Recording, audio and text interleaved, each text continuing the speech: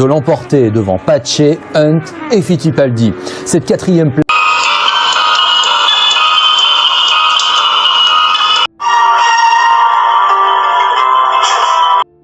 Helmut Koenig, un nom qui, au début des années 1970, incarnait l'espoir de toute une génération autrichienne passionnée de Formule 1. Né à Vienne, en 1948, il grandit dans un pays encore marqué par l'héritage de Jochen Rindt, champion du monde 1970, tragiquement mort à Monza. Très jeune, Koenig partageait le même esprit, celui de la vitesse, du courage et de ces hommes prêts à tout risquer pour quelques dixièmes de seconde de gloire. Il n'était pas encore une star, mais symbolisait cette génération de pilotes venus par passion plutôt que par fortune. En 1974, Helmut rejoignit l'écurie Surtees, une petite équipe aux moyens limités mais à la détermination farouche. Il n'avait disputé que quelques grands prix, mais déjà le paddock remarquait ses progrès rapides. Calme, concentré, au regard clair et au sourire discret, il était décrit par les journalistes comme un nouveau Jochen Rindt, à la différence près que la chance ne l'avait pas encore trouvé. Koenig n'aimait pas les discours, il préférait agir. Sérieux et méticuleux, il était reconnu pour sa prudence, ce qui rendra sa mort d'autant plus incompréhensible. Le 6 octobre 1974, le Grand Prix des États-Unis se déroulait sur le circuit légendaire, mais maudit, de Watkins Glen. Un an plus tôt, François Sévère, le coéquipier de Jackie Stewart, y avait trouvé la mort. Les rails métalliques, les virages étroits et la piste bosselée faisaient de ce lieu un véritable cimetière de la vitesse. Personne n'imaginait pourtant que 12 mois plus tard, une nouvelle tragédie s'y répéterait encore plus effroyable. Helmut prit le départ avec sang-froid.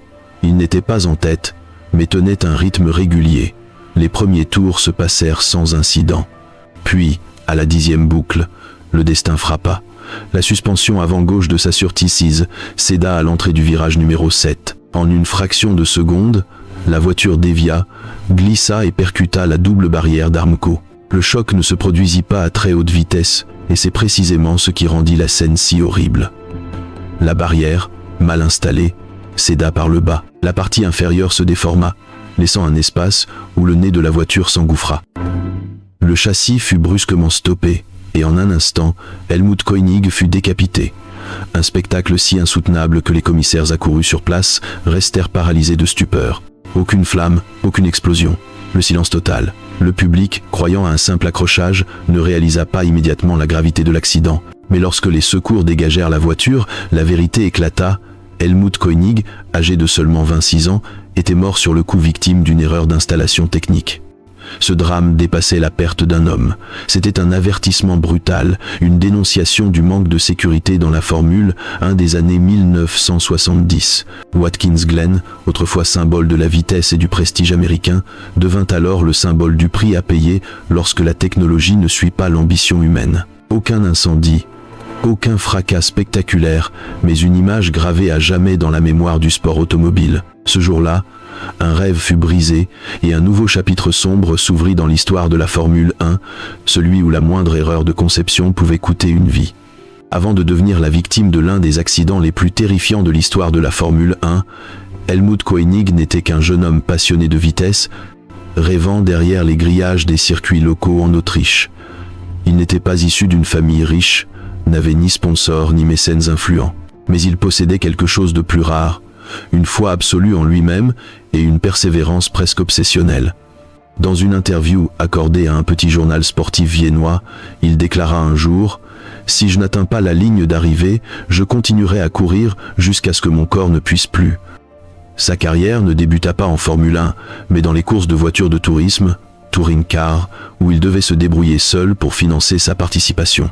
Helmut pilotait des voitures usées, qu'il réparait lui-même, et il transportait son matériel sans aide. Ses amis racontent qu'une fois, il dormit dans sa voiture, sous la pluie, juste pour pouvoir courir le lendemain matin. C'est dans ces années difficiles qu'il forgea sa maîtrise du volant, son instinct pour la piste et son calme face au danger. Au milieu des années 1970, alors qu'une nouvelle génération de pilotes autrichiens émergeait dans l'ombre du légendaire Jochen Rindt, Helmut attira l'attention de petites équipes. Il rejoignit le championnat de Formule V, véritable tremplin pour de nombreux grands noms du sport automobile. Là, il révéla son talent brut, Sans moteur puissant, sans technologie avancée, il savait donner vie à la voiture sur la piste. Koenig était ce type de pilote pour qui la finesse et la sensibilité comptaient plus que la force du moteur. En 1973, il tenta sa chance en Formule 2, l'antichambre directe de la Formule 1. Les résultats ne furent pas éclatants, mais son sérieux et son éthique de travail impressionnèrent le milieu technique. Un ingénieur de l'écurie Surtees raconta plus tard: quand quelqu'un disait « c'est impossible », Helmut souriait et répondait « attendez que je vous le prouve ». Cet esprit déterminé séduisit John Surtees, champion du monde 1964 et patron de l'équipe, qui décida de lui offrir une opportunité. Cette chance arriva au milieu de la saison 1974, lorsque Surtees chercha un remplaçant pour une place vacante. Malgré son manque d'expérience et ses moyens limités, Helmut accepta sans hésiter. Il eut peu de temps pour se préparer, mais fit preuve d'une adaptation rapide et d'une précision de conduite remarquable. D'abord pilote de réserve, il gagna rapidement un siège titulaire pour les dernières courses de la saison. Pour lui, c'était un rêve devenu réalité. Courir en Formule 1, même au volant d'une voiture modeste. La veille du Grand Prix des États-Unis, Helmut aurait téléphoné à sa mère, restée à Vienne. Il lui dit simplement « Ce soir, je me sens en paix. Quoi qu'il arrive demain, j'aurai vécu ma passion. » Personne ne savait alors que ce seraient ses derniers mots. Dans le paddock, Koenig était connu comme un homme discret, aimable et humble. Il ne buvait pas, ne faisait pas la fête, ne cherchait pas la gloire. Son unique ambition était de prouver qu'avec assez de passion et de discipline, on pouvait trouver sa place parmi les légendes de la vitesse. Et lorsque le feu vert s'alluma sur la grille de départ de Watkins Glen, il toucha enfin son rêve du bout des doigts. Mais le destin ne lui laissa pas le temps d'aller plus loin. Helmut Koenig, le jeune homme qui avait conquis la Formule 1 par le courage et le travail, perdit tout dans un instant qu'il n'avait pas provoqué. Sa mort bouleversa non seulement l'Autriche, mais le monde entier du sport automobile. Elle devint une question amère. Combien d'autres talents devront encore mourir à cause d'une vis mal serrée, d'une barrière mal fixée ou d'une norme oubliée? Dans le monde de la vitesse des années 1970, à une époque où les casques étaient encore fragiles et les rails de sécurité n'étaient guère plus que des bandes de métal mal fixées, un pilote n'était pas seulement celui qui dirigeait une machine, il en faisait partie. Helmut Koenig l'avait compris mieux que quiconque. Pour lui, la voiture n'était pas un outil, mais un être vivant, sensible à chaque souffle, à chaque battement de cœur de son conducteur. Il disait un jour à un journaliste: « Quand je prends un virage, je ne contrôle pas la voiture, c'est elle et moi qui tournons ensemble. » Cette phrase résumait toute sa philosophie, une fusion totale entre l'homme et la machine. La Formule 1 de cette époque était un univers de sang, d'huile et de feu, un lieu où chaque tour pouvait être le dernier. Des pilotes comme Lauda, Hunt, Fittipaldi ou Regazzoni savaient que rien ne garantissait leur retour en vie. Mais pour Koenig, le risque n'était pas un ennemi, c'était une vérité à accepter. Il ne cherchait pas la témérité gratuite, mais croyait que flirter avec la mort permettait de comprendre plus profondément la valeur de la vie.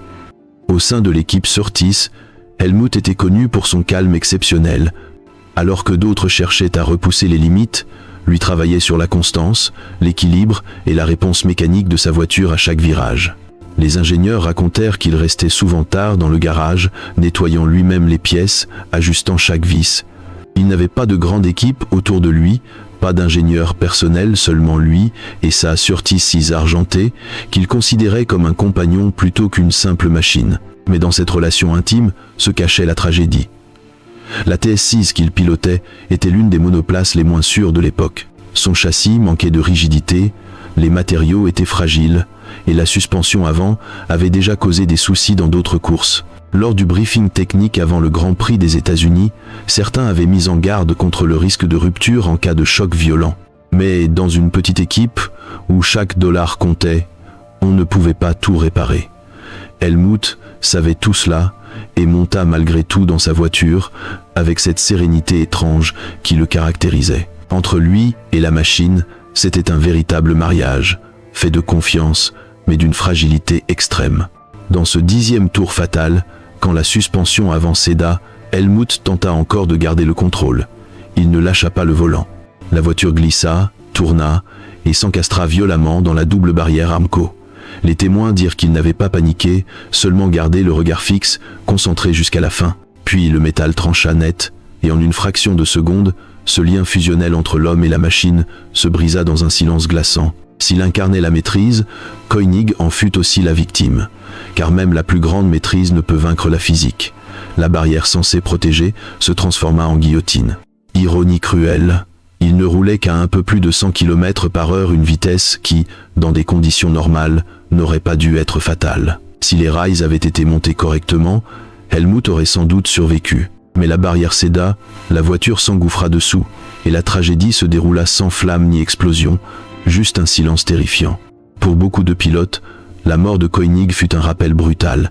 Il représentait une génération de coureurs authentiques sans contrat millionnaire, sans télémétrie, juste leur instinct et leur courage. Sa vie sur la piste ressemblait à un mariage sans promesse, un lien d'amour, de loyauté et de danger permanent.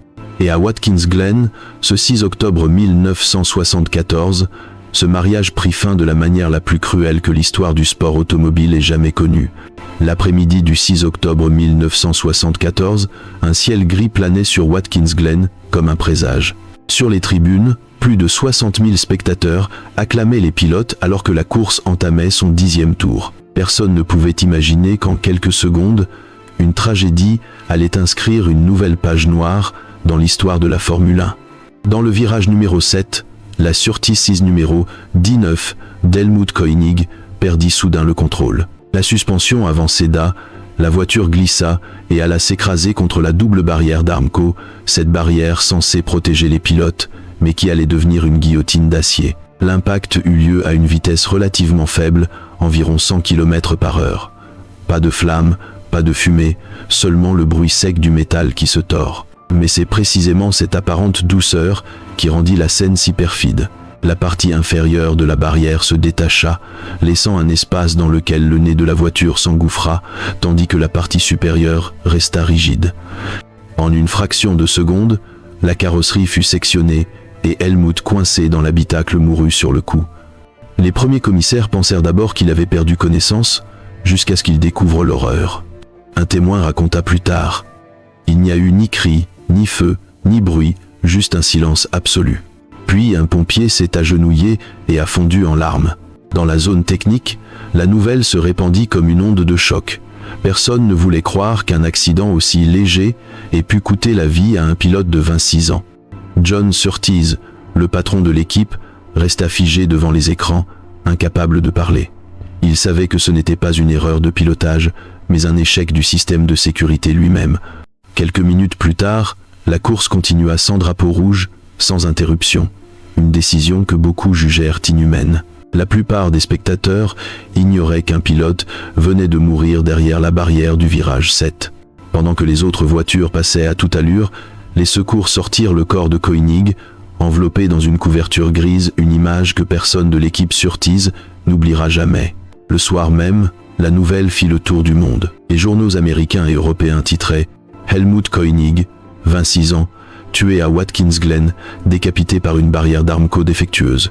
La photo du rail tordu, encore marqué par le choc, devint le symbole d'une époque où la sécurité était encore négligée au profit de la vitesse. Pour les pilotes, la mort de Koenig fut un électrochoc. Niki Lauda, son compatriote, déclara plus tard « Nous connaissons tous les risques, mais Helmut ne méritait pas de mourir ainsi. Personne ne devrait mourir à cause d'une barrière mal installée. » Cette phrase fut reprise dans toute la presse européenne, symbole d'une indignation partagée. Dans les équipes, la peur se mêlait à la colère. Les ingénieurs réexaminèrent chaque détail des voitures et les pilotes exigèrent des contrôles de sécurité plus stricts sur les circuits. Pourtant, la FIA resta silencieuse au début, qualifiant l'incident de malheureux mais exceptionnel. Ce n'est qu'après une pression médiatique et publique intense qu'une enquête officielle fut ouverte. Les conclusions furent accablantes. Les rails d'Armco de Watkins Glen n'avaient pas été installés conformément aux normes de sécurité. Les ouvriers reconnurent avoir travaillé dans la précipitation pour terminer avant le week-end de la course. Personne n'avait procédé à une inspection finale. Et cette négligence coûta la vie à un homme. À partir de ce jour, le nom Helmut Koenig ne fut plus seulement associé à un accident, mais à un tournant de l'histoire de la Formule 1. Sa mort silencieuse, sans feu ni explosion, résonna comme un cri d'alarme à travers tout le monde du sport automobile, posant une question déchirante. La vitesse vaut-elle vraiment le prix d'une vie humaine? La mort d'Helmut Koenig ne fut ni bruyante ni spectaculaire, mais elle résonna profondément dans le monde du sport automobile. Lorsque la poussière de Watkins Glen retomba, le silence s'installa dans le paddock. Plus de rires, plus de célébration. Seulement des regards vides, lourds et une question suspendue dans l'air: qui sera le prochain? Un an plus tôt, François Sever était mort sur ce même circuit, lui aussi victime d'une barrière Armco défectueuse. À présent, c'était Koenig. 2 morts, 2 tragédies semblables, il ne pouvait plus s'agir d'un hasard. Lorsque les photos de la Surtees Seas, coupées en 2, firent le tour du monde, l'opinion publique explosa de colère. Les grands journaux européens titrèrent « 2 ans, 2 morts, la même erreur fatale ». John Surtees, ancien champion du monde devenu directeur d'équipe, fut anéanti. Lors d'une conférence de presse, il déclara d'une voix tremblante: « Helmut n'est pas mort à cause de la vitesse, il est mort à cause de la négligence ». Cette phrase fit le tour du monde et obligea la FIA à réagir.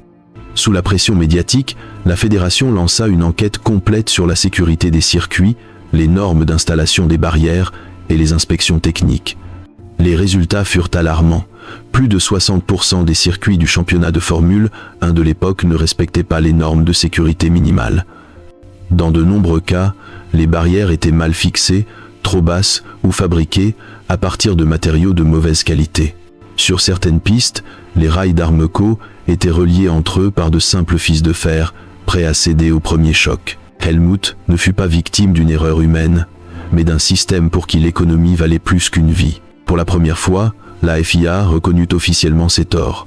De nouvelles règles furent instaurées: inspection obligatoire des rails de sécurité avant chaque Grand Prix, hauteur standard de 56 cm, fixation par boulon d'acier homologué entre les couches d'Armco, obligation d'installer des zones de dégagement, run-off area.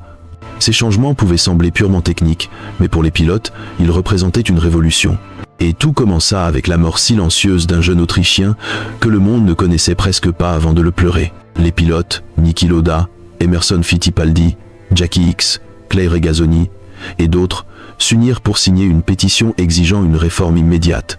Ils refusèrent de courir sur les circuits jugés dangereux. Pour la première fois, la voix des pilotes fut écoutée. « Si la FIA ne nous protège pas, alors nous nous protégerons nous-mêmes », déclara Fittipaldi lors d'une conférence de presse à Interlagos en 1975. De cette prise de conscience naquit un mouvement, Safety First in Fun, qui marqua un tournant dans l'histoire du sport automobile. Ce mouvement mena à des voitures renforcées, à des casques normalisés, à la création du système HANS, puis au halo, qui sauve aujourd'hui encore des vies. Mais tout progrès a un prix. Et ce prix s'appelait Helmut Koenig. Pour l'Autriche, ce fut une double tragédie. Après Jochen Rindt, champion du monde à titre posthume en 1970, le pays perdait à nouveau un jeune talent promis à un grand avenir. La presse viennoise le surnomma « l'héritier oublié de Rindt ». Ses funérailles, sobres mais poignantes, réunirent pilotes, mécaniciens, amis et simples admirateurs. Sur le cercueil, recouvert du drapeau autrichien, on pouvait lire une seule phrase: « Er fuhr für den Traum, nicht für den Ruhm. Il a conduit pour le rêve, pas pour la gloire ». Cette phrase devint le testament moral d'Helmut Koenig, un rappel silencieux que derrière le rugissement des moteurs et l'éclat de la vitesse, il y a toujours des hommes qui ont payé de leur vie pour que la course d'aujourd'hui soit plus sûre. Des décennies ont passé, et Watkins Glen est toujours là. Les virages, les rails et la piste qui ont coûté la vie à Helmut Koenig sont aujourd'hui plus sûrs que jamais. Plus de barrières tordues, plus de boulons desserrés. À leur place, des murs absorbant l'énergie, de larges zones de dégagement et le système halo protégeant la tête des pilotes. Mais derrière chacun de ces progrès technologiques se cache un nom discret, presque oublié: Helmut Koenig, l'homme qui a dû mourir pour que la Formule 1 change à jamais. Dans le monde de la Formule 1, sa mort n'est pas citée aussi souvent que celle d'Ayrton Senna ou de Gilles Villeneuve. Pourtant, pour ceux qui connaissent vraiment l'histoire du sport automobile, Koenig représente un tournant invisible mais décisif. Son accident, sans explosion, sans flamme, causé par une simple erreur technique, fut le signal d'alarme qui éveilla la discipline. À partir de là, la Formule 1 entra dans une nouvelle ère, où la vie humaine devint plus précieuse que la vitesse. Chaque année, en octobre, à Vienne, des fleurs sont déposées sur un petit mémorial à son nom. On y lit cette inscription: Er fuhr für den Traum, nicht für den Ruhm. Il conduisait pour le rêve, passe pour la gloire. Et ces mots ne s'adressent pas seulement à Helmut, mais à tous ces pilotes qui ont vécu pour leur passion, conscients que le prix du rêve pouvait être la mort. Dans les centres de formation modernes, l'accident de Koenig est aujourd'hui étudié comme une leçon à la fois technique et morale. Il rappelle qu'un simple détail négligé peut décider entre la vie et la mort. La FIA a d'ailleurs inscrit son nom parmi ceux des pilotes dont la disparition a directement contribué à renforcer la sécurité du sport. Une reconnaissance modeste mais lourde de sens. Beaucoup d'ingénieurs admettent que sans l'accident de Watkins Glen en 1974, la Formule 1 aurait continué pendant des années à courir sur un fil dangereux. Helmut Koenig est devenu le symbole du prix du réveil, de la prise de conscience douloureuse que la sécurité n'est pas une faiblesse, mais une nécessité. Il n'était ni une star ni un champion, mais son sacrifice fit naître un changement irréversible. Dans les images d'archives du Grand Prix des États-Unis 1974, on aperçoit quelques secondes la Surtees 6 argentée, portant le numéro 19, avant qu'elle ne disparaisse à jamais du cadre. Ce court instant ne montre pas seulement un pilote, mais la fin d'un rêve et le début d'une nouvelle ère du sport automobile. Aujourd'hui, alors que les Formules 1 modernes atteignent plus de 350 km/h, chaque choc, chaque tonneau est absorbé par des systèmes de sécurité multiples, monocoques, Hans, Halo, et derrière chacun de ces dispositifs, il y a des noms comme Helmut Koenig, des hommes qui sont tombés pour que d'autres puissent survivre. Pas de statue, pas de musée à son nom, mais une place silencieuse dans la mémoire de ceux qui comprennent ce que sa mort a apporté. Helmut Koenig, le pilote sans victoire, sans record, restera à jamais l'un des héros silencieux de l'histoire de la Formule 1. Il ne courait pas pour la gloire, il courait pour un rêve. Et quelque part, entre le rugissement des moteurs modernes et les courbes parfaites des circuits d'aujourd'hui, résonne encore une voix douce et déterminée: « Je ne conduis pas pour devenir une légende, je conduis pour vivre mon rêve. »